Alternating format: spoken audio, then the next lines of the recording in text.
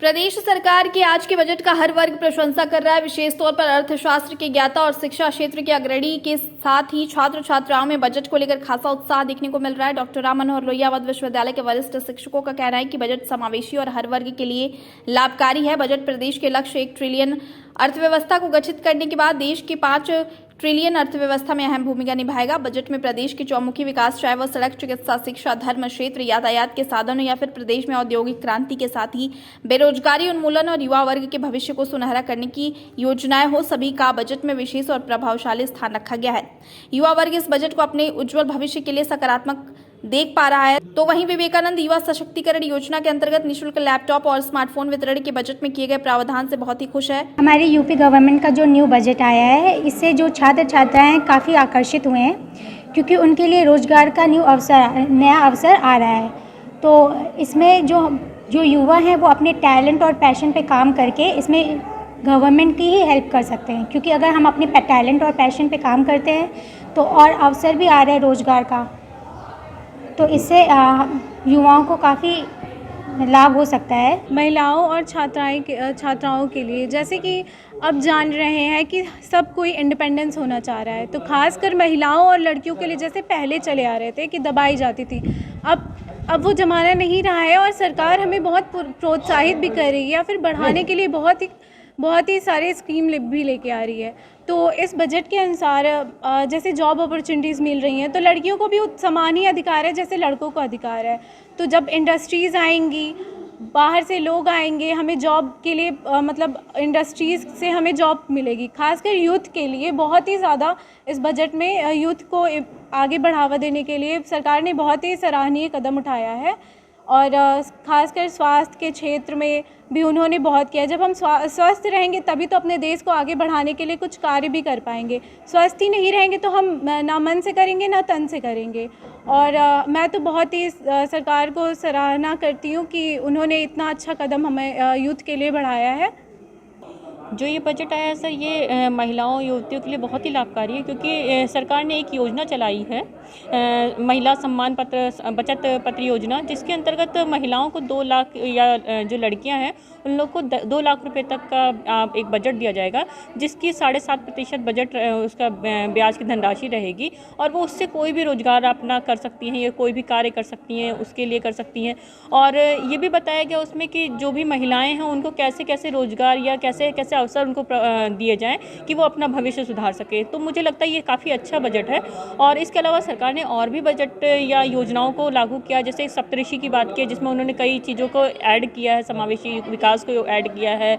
और जो हमारा संरचना का ढांचा है हमारी अर्थव्यवस्था का, उसको ऐड किया है। एकलव्य जो आवासीय स्कूल हैं जिसकी संख्या 740 है, उसमें टीचरों की भर्ती की बात की गई है। तो ये हमारे लिए कहीं ना कहीं अच्छा बजट रहेगा कि अगर शिक्षा के क्षेत्र में देखा जाए, रोजगार के क्षेत्र में देखा जाए, महिलाओं से रिलेटेड देखा जाए, तो ये बजट काफ़ी अच्छा है। प्रावधान महिलाओं के लिए है, महिलाओं के बचत को प्रभावित करने के लिए, बढ़ाने के लिए, उत्प्रेरित करने के लिए उनको कहा गया कि सब्सिडी देने की बात है। जो भी एमएसएमई सेक्टर है, यदि आप इंडस्ट्री लगाने की बात करते हैं तो एमएसएमई सेक्टर में ये कहा गया कि 1% का यदि उनको हम ब्याज देने की बात करते हैं, जो भी ब्याज लग रहा है तो उस पर 1% की छूट है। तो बल्क में ये छूट काफ़ी अच्छा हो सकता है और इससे लोगों में इन्वेस्ट करने की बात बढ़ेगी और जब इन्वेस्टमेंट होगा तो लोगों को आय एवं रोजगार का स्तर मिलेगा। महिलाओं के लिए सम्मान निधि की बात की है कि उनका सम्मान होना चाहिए। जो भी जॉब्स की अपॉर्चुनिटीज़ है, यदि महिला उद्यमी आगे आता है तो उसको हर प्रकार की सुविधा देने की बात है। बैंक की प्रोसेसिंग को कम किया गया है और आसानी से उनको ऋण दिया जाएगा। और जो सबसे बड़ी बात है जो प्रदेश में देखने को मिल रही है कि अधोसंरचना का बहुत ही व्यापक तरीके से विस्तार किया जा रहा है कि जब रोड्स अच्छी होंगी, आप देखिए कि 6-7 एक्सप्रेसवेज आपके स्टेट में बन गए हैं, तो ये आपका आधार हो सकता है जिससे कि आने वाले समय में स्टेट का विकास हो सकता है। उत्तर प्रदेश सरकार ने अमृतकाल में अपना पहला बजट पेश किया है और ये बजट जो उत्तर प्रदेश सरकार की जो 1 ट्रिलियन अर्थव्यवस्था बनाने की जो एक लक्ष्य रखा गया है, उस दिशा में ये सकारात्मक प्रयास है। और सरकार की ये मंशा जो है इसके पीछे वो यही है। सरकार ने इसमें एक बड़ा बजट जरूर पेश किया है और ये पिछले वर्षों में हम देख रहे हैं कि बजट का आकार पिछले बजट की अपेक्षा बढ़ता जा रहा है और ये साबित भी कर रहा है कि हम लोग किस तरीके से विकास की जो है दिशा में आगे बढ़ रहे हैं। और ये बजट भी 6.9 लाख करोड़ का बड़ा बजट है। प्रदेश भी हमारा बहुत बड़ा है और अपेक्षाएं भी बहुत ज़्यादा हैं। इस बजट में जो मुख्य फोकस है, जैसा कि अपेक्षा थी, वो इंफ्रास्ट्रक्चर पे रही है। इंफ्रास्ट्रक्चर का विकास बहुत आवश्यक है अगर हमें जो है अपनी विकास की रफ्तार को तेज़ रखना है।